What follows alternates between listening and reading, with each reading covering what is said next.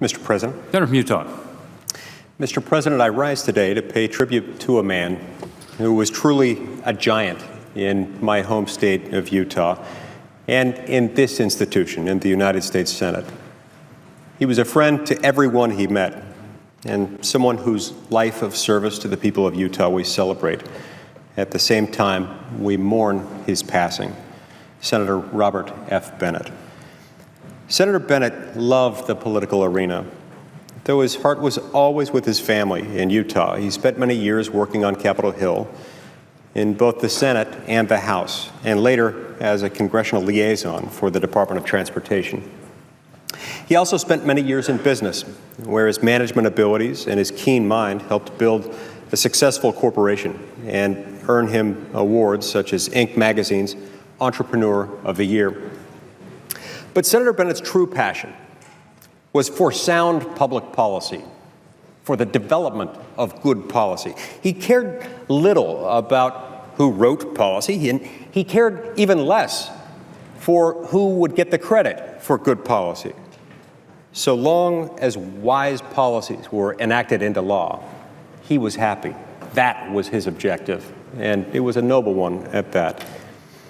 This was apparent to me after a memorable conversation I had with him in 2010. Just about 6 years ago, and just a few days before our state's Republican nominating convention, at which we were both candidates. I was in the lobby of a local radio and television station, waiting to go on the air and watching the national news on a large television screen. I don't remember the exact issue that was being discussed, but I remember the general topic, and I'll never forget what happened as I watched this broadcast. Senator Bennett walked into the lobby and, seeing me, simply strolled over to stand next to me.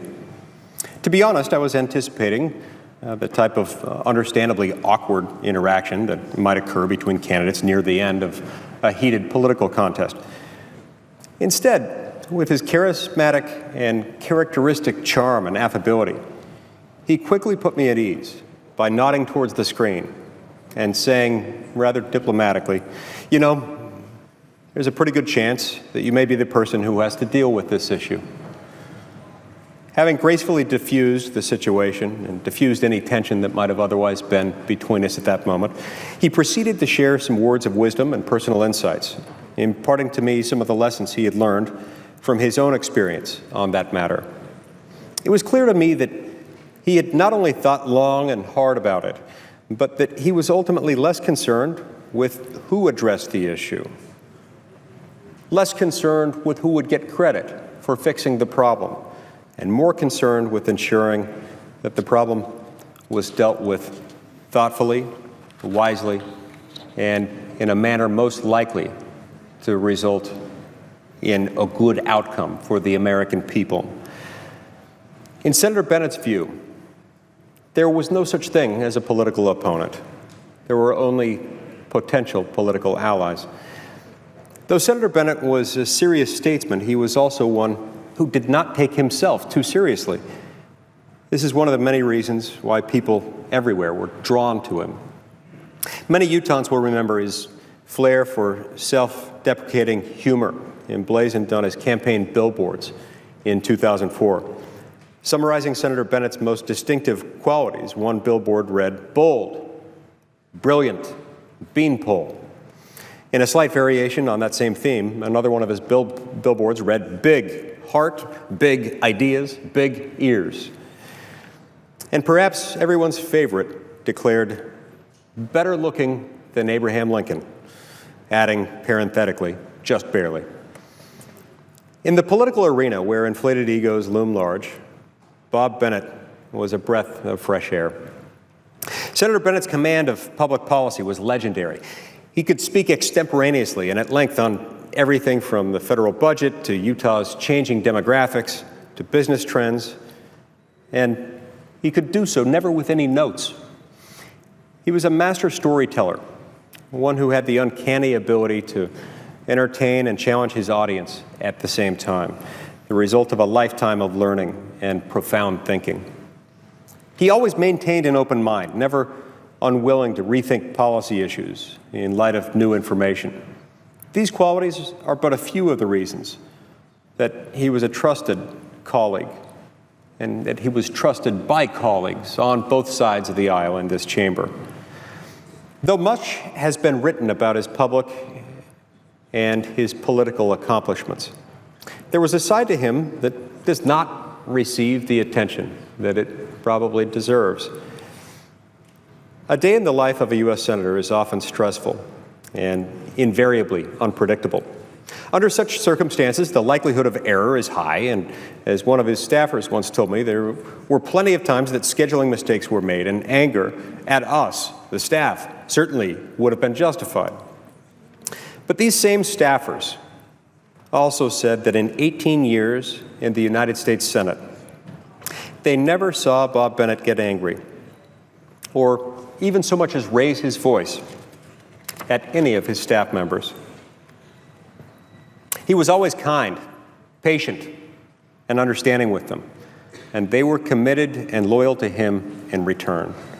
I'm convinced that one of the reasons so many members of the Senate trusted Bob Bennett so completely was because they saw how his own staff treated him and how he returned that trust.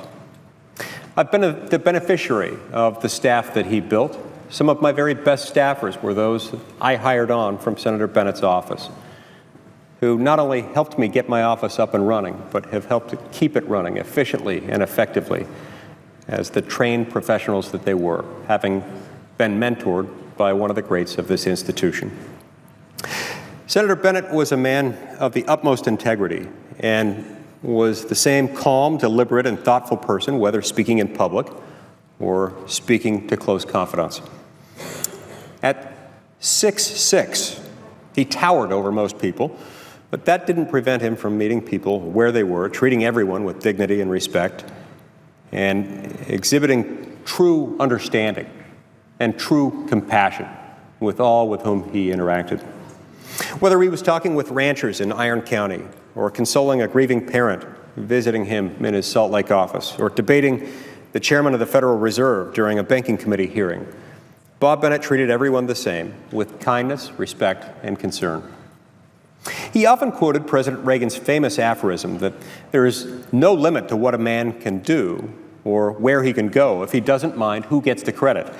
But Senator Bennett didn't just recite those words. He lived them. They were part of who he was, of what he did. On more than one occasion, he worked for months on end to craft a legislative solution to a difficult issue, only to discover at the last moment that the price of its passage would be to give all the credit to someone else. Because his objective was, first and foremost, to make sure that the right thing was done, this was a price that Senator Bennett was always willing to pay. This was an obstacle from which he never shied away. This was something that never deterred him from doing the right thing. Since the election of 2010, I've been asked countless times about my relationship with Senator Bennett. My answer invariably reminds me of the great privilege it is to serve the state of Utah in his seat.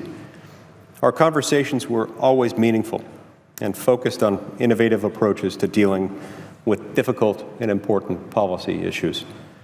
A consummate statesman and a classic gentleman, he always made clear to me that good policy is always good politics in the end. Senator Bennett's achievements were numerous, and he'll be remembered for his tremendous impact on the state of Utah. However, I'm certain that if he were to make a list of his greatest accomplishments, he would likely say nothing about his business successes or his political endeavors. Rather, it would focus entirely on his family, on his dear wife, Joyce, the 6 children they raised together, and on their 20 grandchildren. Mr. President, Senator Bennett truly was, in every way, a giant. He was a man of integrity, a man whose word was truly his bond, a man who left both the state of Utah and his country better than he found them. He was a man who had a firm and unwavering commitment to his faith in God and was true to that faith until the very end. It is my hope and prayer that Senator Bennett's wife, Joyce, his children, and his grandchildren are comforted at this difficult time, knowing that our state and our country are forever grateful for their husband, father, and grandfather's exemplary life of service. Thank you, Mr. President. I yield the floor.